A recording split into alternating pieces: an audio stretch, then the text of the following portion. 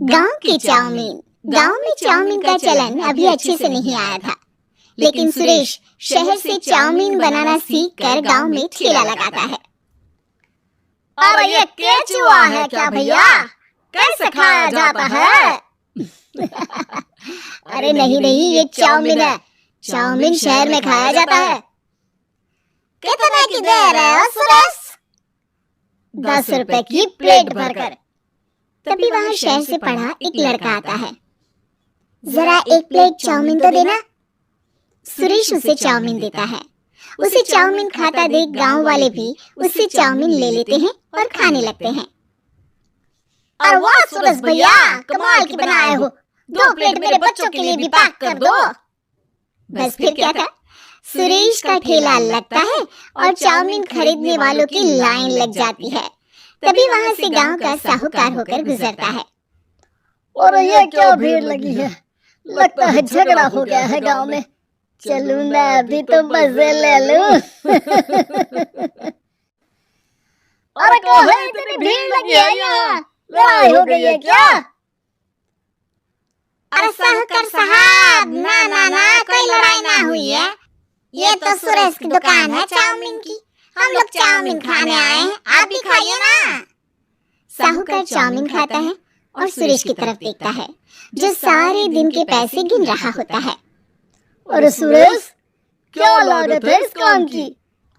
अरे साहूकार जी, आप अब आए तो ये पूरे 10,000 रुपए ले जाइए, जो पिछले साल शहर जाने से पहले आपसे लिए थे ना। लागत तो क्या कहे, जो आपने दिया था उसी में सीखा भी है और दुकान भी खोल ली। अरे पैसे इतने जल्दी क्या जरूरत थी? कैसे जरूरत नहीं थी साहूकार जी, इतना मोटा ब्याज कहाँ से भरते। साहूकार को अब सुरेश की दुकान को हड़पने की लालच आ जाती है। नाना करते ये सारे दिन में 500 रुपए कमा ही लेता है। अरे गांव में ये ऐसे ही कमाता रहा तो कहीं ब्याज का काम ना शुरू कर दे। अरे भैया, कोई ना कोई जुगाड़ तो करना पड़ेगा। अब साहूकार घर आ जाता है और अपनी बीवी को सारी बात बताता है। हाँ जी, ये तो मैंने भी सुना है कि सुरेश के हाथ की चाउमीन नहीं खाई तो कुछ नहीं खाया। अरे हाँ हाँ, सही ही कहता है। मैं भी खा कर ही आ रहा हूँ। अरे भाग्यवान कितना अच्छा हो ना, अगर वो पैसा हम लोगों को मिल जाए। क्यों है? हाँ, वो तो है, लेकिन कैसे? हम लोगों को तो चाउमीन बनाना आता ही नहीं है। साहूकार और उसकी बीवी अब रोज चुपके से सुरेश के घर जाते हैं और खिड़की से उसे चाउमीन बनाते देखते। अब क्या था, दोनों को चाउमीन बनाना आ जाता है।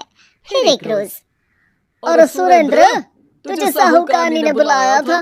बोल रही थी कि बेटे के जन्मदिन में 10 किलो चाउमीन का ऑर्डर देना है, बना दोगे ना? अरे हाँ हाँ साहूकार जी, मैं जरूर बना दूंगा। कब देना है घर में 10 किलो चाउमीन? अरे वो तो तू घर आकर बता कर लेना, मैं नहीं बता पाऊंगा। ठीक है, शाम को काम निपटा कर आ जाता हूँ। सुरेश साहूकार के घर जाता है, लेकिन वहाँ मियाँ बीवी मिलकर उसे बंधक बना लेते हैं। अरे मुझे क्यों बांध रखा है? मुझे छोड़ दो। आज से तेरा ठेला मैं लगाऊंगा और बहुत सारे पैसे कमाऊंगा। साहूकार एक आदमी को सुरेश की निगरानी में लगा देता है और वहाँ से चला जाता है। अगले दिन, अरे साहूकार जी, आप कब से चाउमीन बेचने लगे और अपना ये सुरेश कहाँ गया? अरे वो तो शहर गया है, उसका कोई काम निकल आया था। बोल रहा था कि जब तक वो ना आए तब तक मैं ही उसके ठेले का काम कर दूं। पैसे भी तो बहुत उधार ले रखे थे उसने।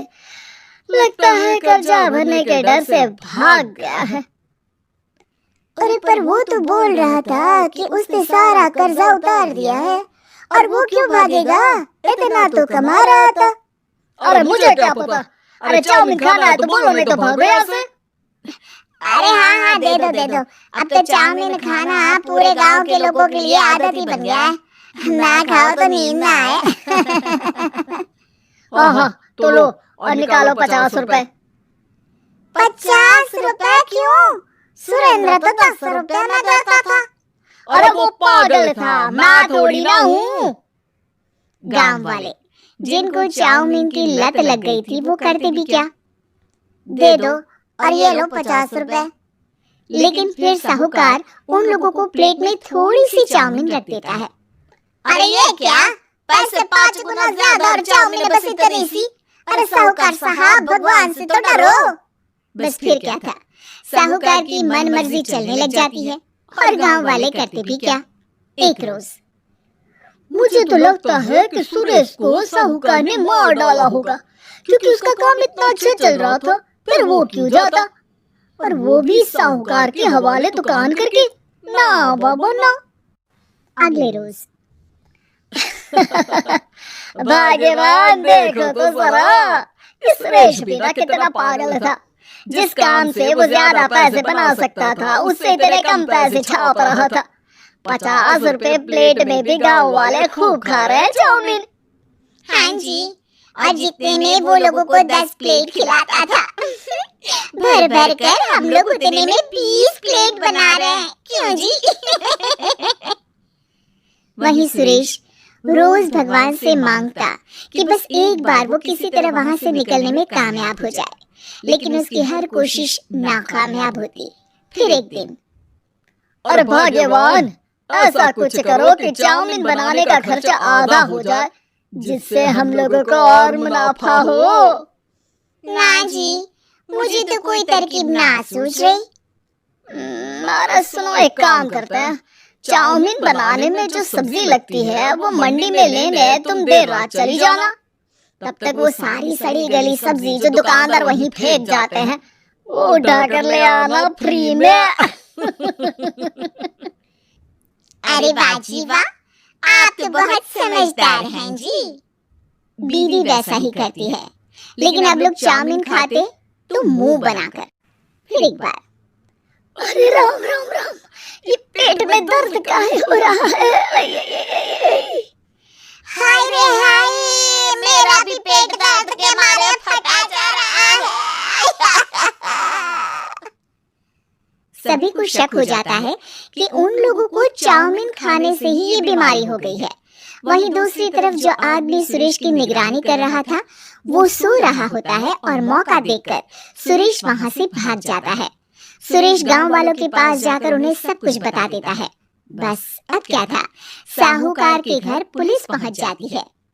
चलो, तुमने गांव के लोगों को खराब सब्जी वाली चाउमीन खिलाकर बीमार किया और सुरेश को बंधक बनाया। तुम्हें इसीलिए हम गिरफ्तार कर रहे हैं। साहूकार को पुलिस ले जाती है और फिर अगले दिन से सुरेश का ठेला गांव के बाजार में लग जाता है, जहां अब पहले से ज्यादा भीड़ होती है।